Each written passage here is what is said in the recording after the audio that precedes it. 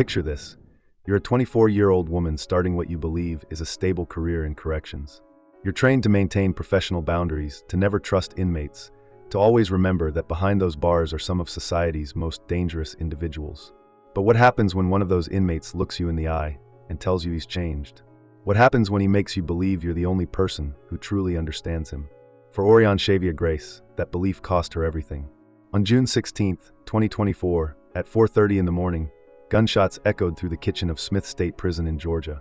When guards rushed to the scene, they found Aureon lying lifeless on the floor, and her killer, inmate Jaydrekus Hart, dead by his own hand just feet away. But this wasn't a random act of violence. This was the culmination of months of manipulation, forbidden love, and a deadly obsession that no one saw coming.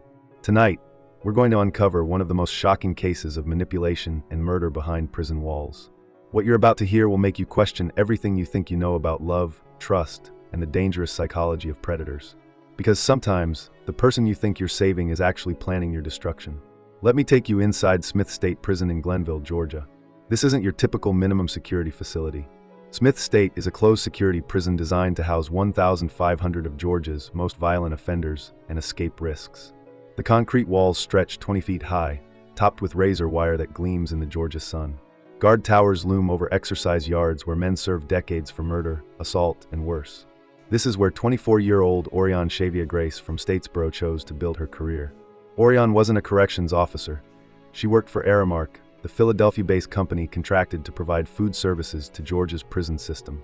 Since January 2024, she'd been working in the prison kitchen, preparing meals for over 1,000 inmates 3 times a day. Those who knew Aureon described her as compassionate, perhaps too trusting for the environment she worked in.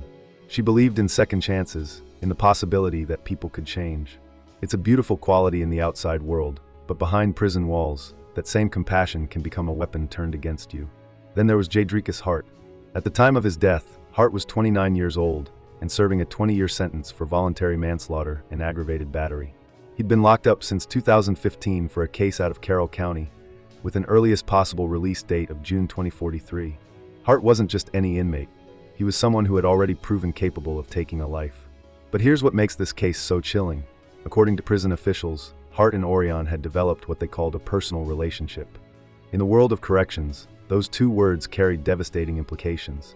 They mean boundaries were crossed, rules were broken, and ultimately trust was weaponized. The question that haunts this case is simple.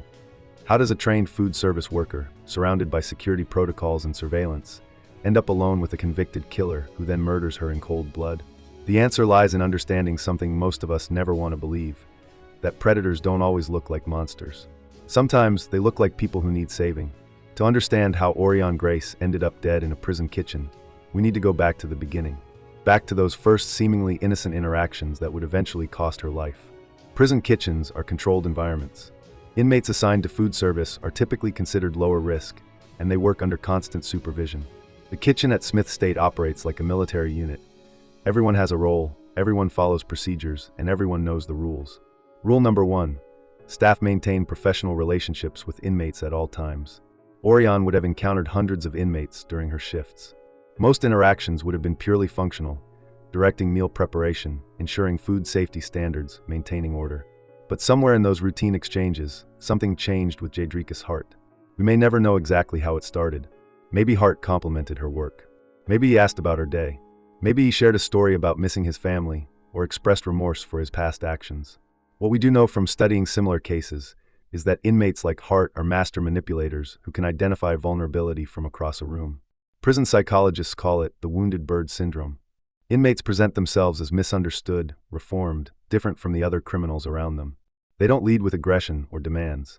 Instead, they lead with vulnerability. They make their targets feel special, chosen, like the one person who truly sees their humanity. Hart had been in the system for nearly a decade when he met Aureon. That's plenty of time to study how the system works, to observe staff behaviors, to learn which buttons to push and which words to say. He would have watched other inmates attempt to manipulate staff. He would have seen what worked and what didn't. Think about it from Aureon's perspective. She's 24 years old, working in an environment where most interactions are tense or transactional. Then this inmate starts treating her with what seems like genuine respect and gratitude. He asks how her weekend was. He remembers details about her life. He thanks her for treating him like a human being when others see him as just another number. It probably felt good. It probably felt harmless. But here's what Aureon couldn't have known. Every smile, every thank you, every personal detail shared was being cataloged and weaponized. Hart wasn't falling for her, he was studying her, learning her weaknesses, mapping out her emotional landscape so he could navigate it later. The early warning signs were subtle.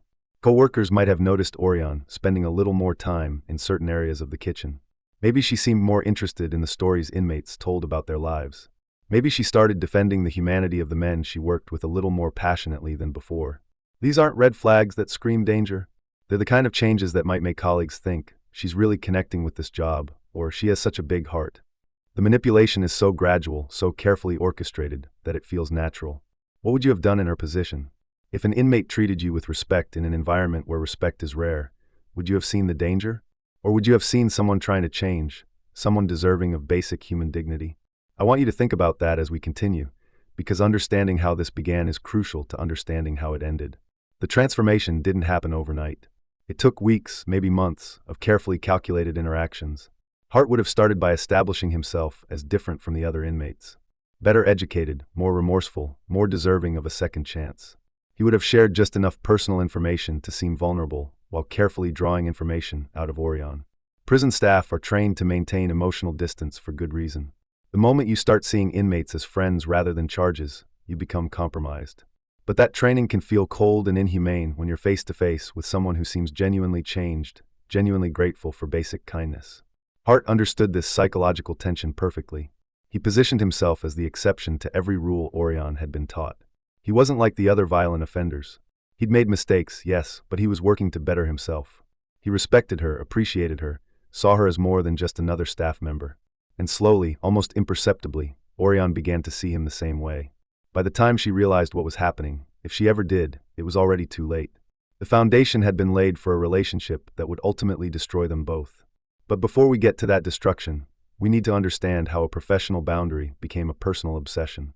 What happened next would cross a line that could never be uncrossed. By spring 2024, something had fundamentally shifted between Aureon Grace and Jaydrekus Hart.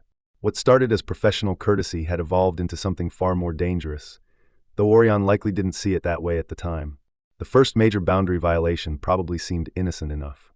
Maybe Hart asked Aureon to bring him something small, a specific type of pen, a magazine, a particular snack. In the world of corrections, these requests are tests. They're not really about the item itself. They're about establishing whether a staff member is willing to break rules, even small ones. When Aureon said yes to that first request, and we know she must have, given what happened later, she crossed a line that Hart had been carefully preparing her to cross for months. It wasn't about the favor. It was about the secret. It was about becoming complicit in rule breaking. It was about creating a bond that existed outside the official structure of the prison. Here's what makes these relationships so dangerous, and why they're absolutely prohibited in correctional settings. Consent becomes meaningless when there's an inherent power imbalance. Even though Hart was the one behind bars, he held psychological power over Aureon. He had time, all day, every day, to focus on this relationship. He had motivation, freedom, contraband, whatever his ultimate goal might have been. And he had experience manipulating people in exactly this way. The Prison Rape Elimination Act exists specifically because of cases like this. Under federal law, any sexual relationship between staff and inmates is considered sexual abuse, regardless of apparent consent. The reasoning is simple. True consent cannot exist when one person controls aspects of another person's daily life, safety, and future. But understanding the law and feeling its reality are two different things. For Aureon, this probably didn't feel like abuse or coercion. It likely felt like connection, maybe even love. Hart would have made sure of that. Secret communication methods would have developed gradually. Maybe they started with longer conversations during work hours. Then perhaps written notes passed during shift changes. Eventually, there might have been phone calls during off hours, text messages, even visits during Aureon's personal time. Each step would have felt natural, inevitable, romantic even. Hart would have positioned their relationship as special, unique, misunderstood by others who couldn't see what they had together. He would have made Aureon feel like she was the only person who truly understood him, the only one who saw his potential for redemption. Meanwhile, Aureon's life outside the prison began to change. Family members and friends noticed she was becoming more secretive, more defensive when asked about work. She might have started talking more about the humanity of inmates, about second chances and redemption. Her social circle probably began to shrink as she became more invested in a relationship she couldn't discuss openly. This isolation is a classic pattern in abusive relationships. but it's even more pronounced when the relationship is hidden from the start. Aureon couldn't seek advice from friends about her romantic problems. She couldn't introduce Hart to her family. She couldn't post photos on social media or celebrate anniversaries publicly. The relationship existed in shadows, which gave Hart even more control over how it was defined and understood. Other staff members at Smith State began to notice changes too. Aureon might have been spending more time in areas where Hart worked. She might have been advocating for certain inmates more forcefully during staff meetings. Her work performance could have fluctuated as her emotional energy became focused elsewhere. But here's the insidious part. Hart would have coached her on how to avoid suspicion. He would have told her when to pull back, when to be extra professional, how to deflect questions from colleagues. He had a vested interest in keeping their relationship secret, not because he cared about protecting her, but because discovery would end his access to her. The manipulation would have intensified during this period. Hart might have started making demands disguised as requests. He might have begun testing Aureon's loyalty by asking her to bring in contraband or bend rules for other inmates. He might have started expressing jealousy about her interactions with other staff members or her life outside the prison. What Aureon experienced as love and devotion, Hart was using as control and exploitation. Every gift she brought him, every rule she broke, every secret she kept created another strand in a web that was slowly trapping her. Think about the psychology here. Aureon had invested months of her life, her career, and her emotional well-being into this relationship. The more she invested, the harder it became to acknowledge that she might have been manipulated. Admitting the relationship was based on deception would mean admitting she had been fooled, that she had risked everything for someone who never truly cared about her. So instead, she likely doubled down. She probably told herself that what they had was real, that Hart was different, that their love could overcome the circumstances that brought them together. She might have started making plans for his eventual release, imagining a future together outside prison walls. But Hart was making very different plans. Plans that had nothing to do with love and everything to do with control, exploitation, and ultimately violence. Have you ever been in a relationship where you realized later that you were being manipulated? How long did it take you to see the truth? Leave a comment and let me know. Understanding these psychological patterns could help others recognize danger before it's too late. The relationship between Aureon and Hart continued to deepen throughout early 2024, but it was deepening on entirely different terms than Aureon understood. While she was falling in love with who she thought Hart was, he was executing a long-term plan that would culminate in her death. She thought she was saving him, but she was walking straight into a trap that had been months in the making. By May 2024, Aureon Grace and Jaydrekus Hart had moved far beyond the professional boundaries that were supposed to protect them both. What prison officials would later discover was a personal relationship had become the center of Aureon's world and Hart's weapon of choice. The relationship had likely become physical by this point, though the exact details remained sealed in investigative files. What we know is that Hart had succeeded in making Aureon believe that what they shared was love, not manipulation. She had probably convinced herself that she could help him, save him, give him a reason to become a better man. Hart, meanwhile, was playing an entirely different game. Communications discovered after the murder revealed that he had been in contact with people outside the prison, making plans that had nothing to do with building a life with Aureon. While she was imagining their future together, he was orchestrating her destruction. The psychological hold Hart had established over Aureon was complete by this point. She was no longer just breaking minor rules. She was compromising the security of the entire facility. Every favor she granted, every privilege she extended, every rule she bent for Hart created ripple effects throughout the prison population. Other inmates would have noticed the special treatment Hart was receiving. In prison, information is currency, and Hart's relationship with a staff member would have been valuable information indeed. Some inmates might have tried to blackmail Aureon directly. Others might have approached Hart, demanding that he use his influence to get them favors as well. This is how one compromised staff member can destabilize an entire facility. Hart's manipulation of Aureon wasn't just putting her at risk, it was putting every other staff member and inmate at Smith State in danger. The warning signs were multiplying rapidly by this point. Aureon's behavior had become erratic enough that other staff members were starting to ask questions. Her work performance was suffering. She was calling in sick more often, probably to spend time communicating with Hart or dealing with the emotional toll of maintaining such an intense secret relationship. Her family and friends outside the prison were noticing changes too. Aureon had become defensive about her job, secretive about her personal life, and increasingly isolated from her normal support systems. She might have been spending money on Hart, commissary deposits, phone credits, maybe even planning for his eventual release. But here's what Aureon couldn't see. Hart's behavior toward her was becoming more possessive and controlling. He was likely making demands that seemed reasonable to her, but were actually designed to increase her dependence on the relationship. He might have been expressing jealousy about her interactions with other people, both inside and outside the prison. He might have been testing her loyalty with increasingly dangerous requests. This escalation is typical in abusive relationships, but it's amplified in the prison environment where the abuser has time to plan and the victim has fewer resources for escape or support. Hart had all day, every day, to think about Aureon, to plan their interactions, to craft new ways to manipulate her emotions and behavior. Prison surveillance systems would have been capturing some of this activity, but even the most sophisticated monitoring can't record every conversation or interaction. Hart would have been careful to conduct the most sensitive communications in areas with limited surveillance, during shift changes, or through methods that wouldn't be immediately detected. The relationship was also creating operational security risks that went beyond Aureon and Hart. Other inmates were watching, learning, and planning their own attempts to compromise staff members. Hart's success with Aureon was becoming a roadmap for other manipulative inmates who wanted to exploit the system. By June 2024, the situation had reached a critical point. Hart had gotten everything he could from Aureon in terms of special treatment, contraband, and rule violations. She had served her purpose in his larger plan, whatever that plan might have been. And that's when the dynamic began to shift in a way that would prove fatal. The demands became more aggressive. The manipulation became more overt. Hart's mask of reformed gentleman began to slip, revealing glimpses of the violent man who had been sentenced for manslaughter years earlier. But Aureon was too emotionally invested to recognize these danger signs for what they were. She had already sacrificed her professional reputation, her personal relationships, and her peace of mind for this relationship. Admitting that Hart was using her would mean admitting that all those sacrifices had been for nothing. So instead of pulling away when his behavior became concerning, she likely tried harder to please him, to prove her devotion, to fix whatever was wrong. This is the psychological trap that predators like Hart set so carefully.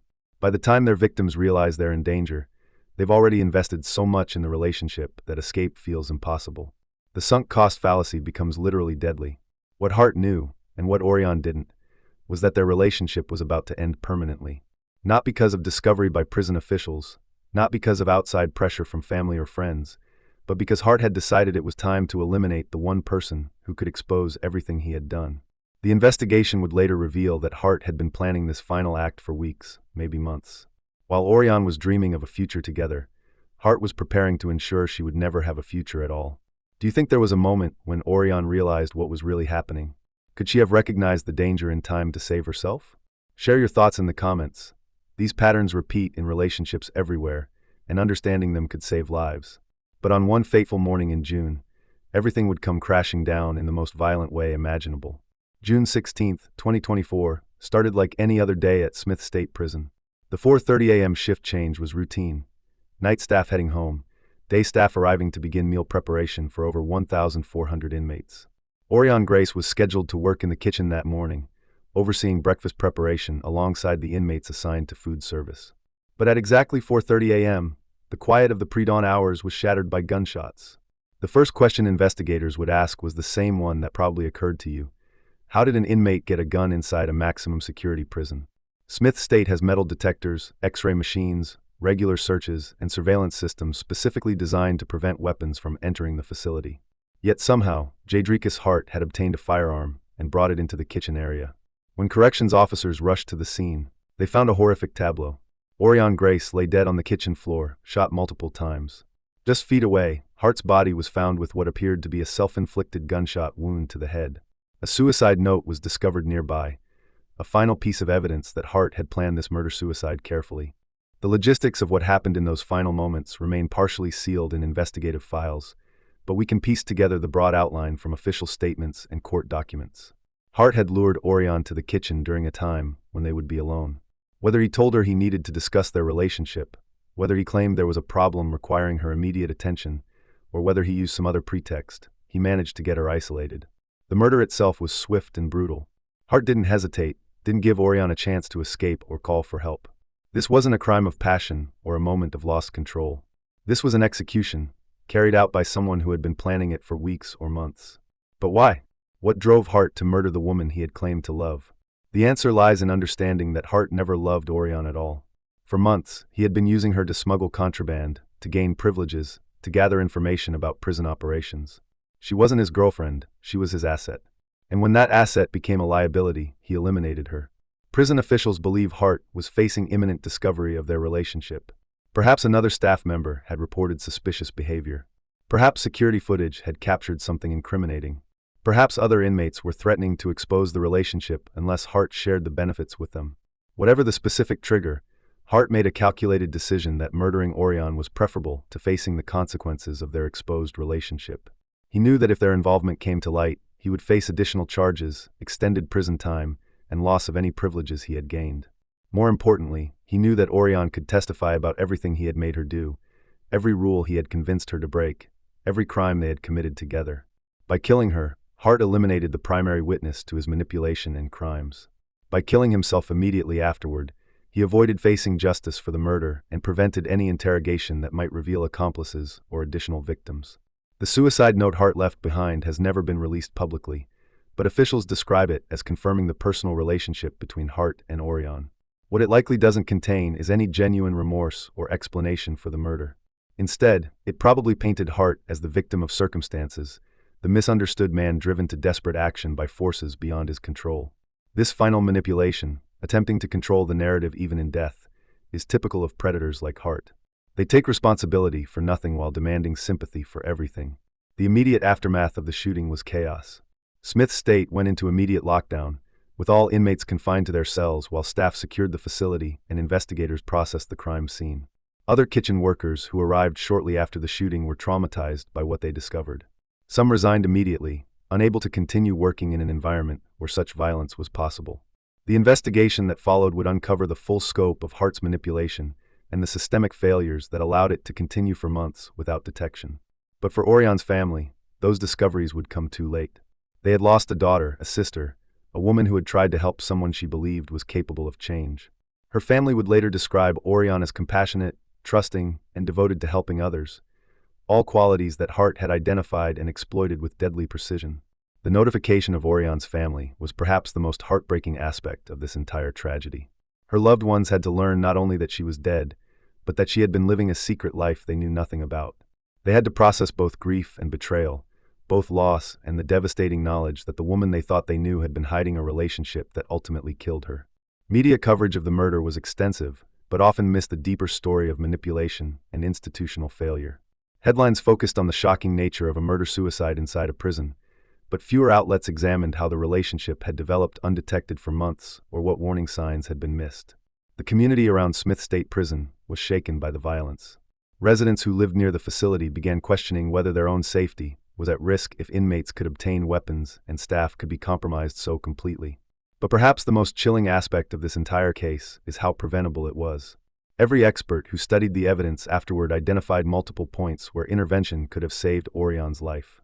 The manipulation tactics Hart used were textbook examples of predatory behavior. The warning signs were clearly visible to anyone trained to recognize them. The system failed Aureon Grace in every possible way, and that failure cost her everything.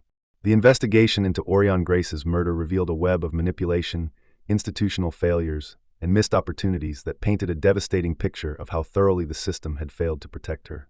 Georgia Bureau of Investigation agents, working alongside FBI specialists in prison violence, began piecing together the timeline of Hart and Aureon's relationship almost immediately. What they discovered was a months-long campaign of psychological manipulation that had been hiding in plain sight. Surveillance footage from throughout Smith State Prison told the story of a relationship that had evolved gradually but unmistakably.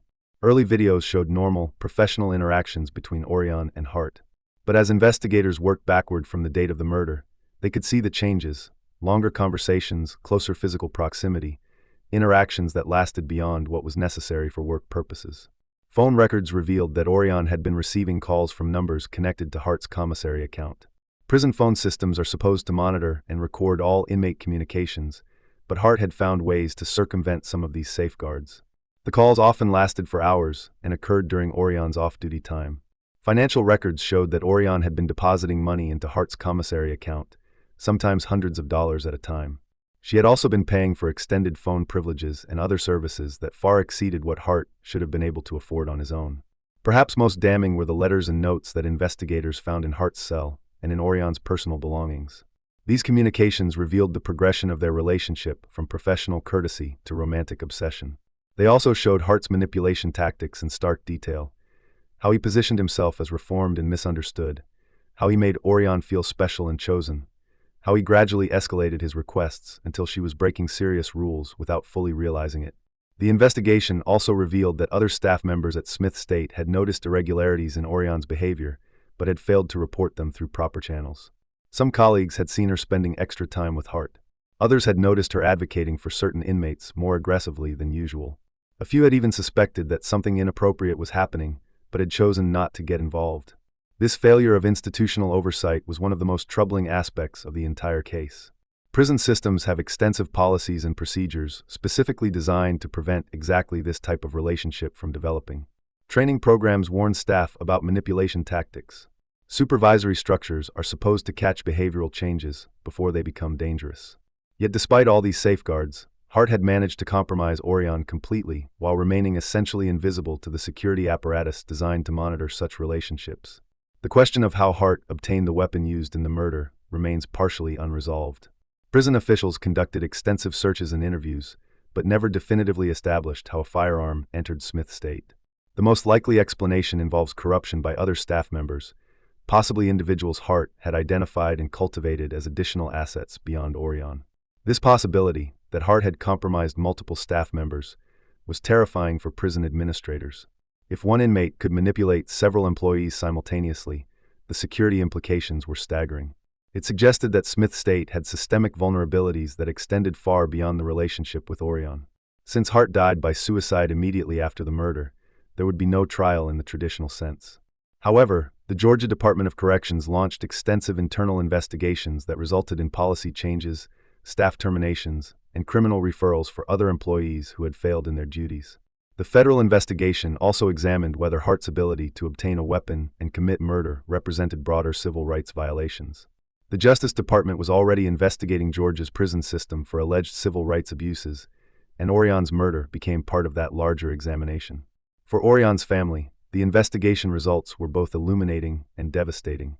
They learned details about their daughter's secret life that helped explain behavioral changes they had noticed but not understood. They also learned how many opportunities there had been to intervene and save her life. The family filed a federal civil rights lawsuit against the Georgia Department of Corrections, Aramark Corporation, and individual staff members who had failed to protect Aureon. The lawsuit alleged that inadequate training, supervision, and security protocols had created the conditions that allowed Hart to manipulate and murder their daughter. The legal proceedings revealed additional disturbing details about conditions at Smith State Prison. Former employees testified about understaffing, inadequate training, and a culture that prioritized operational efficiency over safety. Some witnesses described a facility where staff-inmate relationships, while not condoned, were often overlooked if they didn't create obvious security problems. This institutional culture had created an environment where Hart's manipulation could flourish. Staff members who might have questioned Aureon's behavior were discouraged from reporting concerns that might disrupt operations. Supervisors who should have been monitoring staff-inmate interactions were spread too thin to provide effective oversight. The settlement terms of the family's lawsuit were not disclosed publicly, but court documents suggest it was substantial enough to force significant policy changes throughout Georgia's prison system. The state agreed to implement new training programs, enhanced monitoring systems, and stricter enforcement of policies regarding staff-inmate relationships. But for those who knew Aureon Grace, no amount of money or policy changes could restore what was lost. A young woman who had tried to help people had been manipulated and murdered by someone who saw her compassion as weakness to be exploited. The broader criminal justice implications of this case continue to resonate today. Aureon's murder highlighted vulnerabilities in prison systems nationwide and prompted federal agencies to examine how staff-inmate relationships are monitored and prevented. What do you think could have been done differently to save Aureon's life? Should prison systems do more to protect staff from manipulation by inmates? Share your thoughts. These questions affect every correctional facility in America. The murder of Aureon Grace inside Smith State Prison represents one of the most preventable tragedies in recent correctional history. Every aspect of this case, from Hart's initial manipulation tactics to the institutional failures that allowed their relationship to develop, had been documented and studied in previous incidents. Yet despite decades of research, training programs, and policy development, the system failed Aureon Grace completely. Today, Smith State Prison operates under enhanced security protocols specifically developed in response to Aureon's murder. Staff training now includes extensive modules on recognizing and resisting inmate manipulation tactics. Surveillance systems have been upgraded to better monitor staff-inmate interactions. Communication monitoring has been enhanced to detect inappropriate relationships before they become dangerous. But these changes came too late for Aureon, and they may not be enough to prevent similar tragedies in the future. The fundamental challenge remains the same. Prisons house individuals who are expert manipulators, and they interact daily with staff members who are trained to maintain professional boundaries, but are still human beings capable of being deceived and exploited. Aureon's family has become advocates for correctional reform, speaking at training sessions and policy conferences about the warning signs they missed and the institutional failures that cost their daughter her life. Their message is simple but powerful. Compassion and professionalism can coexist, but only with proper training, supervision, and support systems. The broader implications of this case extend beyond corrections into any profession where people work with potentially manipulative individuals.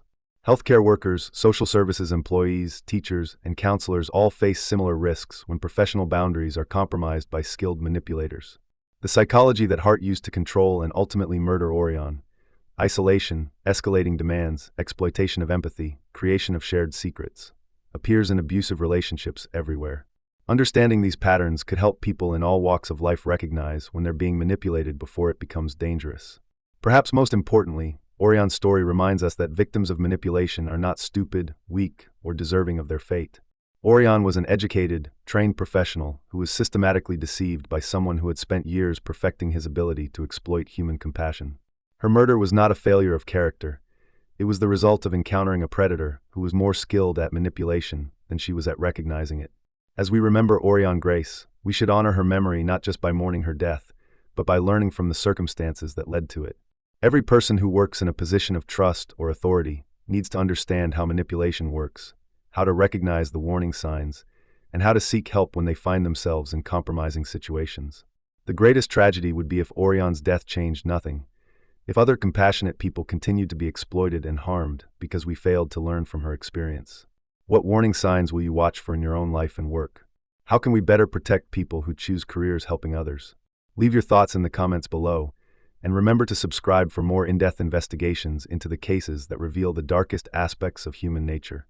In a place designed to contain society's most dangerous individuals, the greatest threat sometimes comes from our own desire to see the good in others.